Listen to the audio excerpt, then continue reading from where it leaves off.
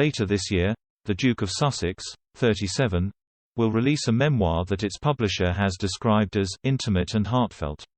According to Penguin Random House, Harry will share, for the very first time, the definitive account of the experiences, adventures, losses, and life lessons that have helped shape him. There has been speculation that the publication of such a book could see the Duke make further claims about his time as a royal. As such, The Telegraph's associate editor Camilla Tomaini claims the project is a delicate one. The royal correspondent adds, "On one hand, Harry reserves the right to write up his life story in any way that he sees fit. It is interesting, and it's probably the strongest shot across the bows that we've had throughout the whole of the so-called Megsy saga, with this briefing that we were given some weeks ago suggesting that the Queen's lawyers would be poring over every line." She goes on to claim that such a briefing was a message to America to say, don't think you can just write anything that you like, as you said at Oprah Winfrey, without being challenged on it, without offering a right of reply. She adds that Harry would have to be very, very careful that the book is legally sound when it comes to being published. As such, this could change the way the book is written, she claims, as the title could be more tepid than we anticipated, but this is a feat that remains to be seen. However, she also notes that Penguin Random House signed the deal with the Duke for a tell-all piece, and will want to see something that follows such a brief delivered in the copy. As a result, she adds, it could make for uncomfortable reading for the royal family.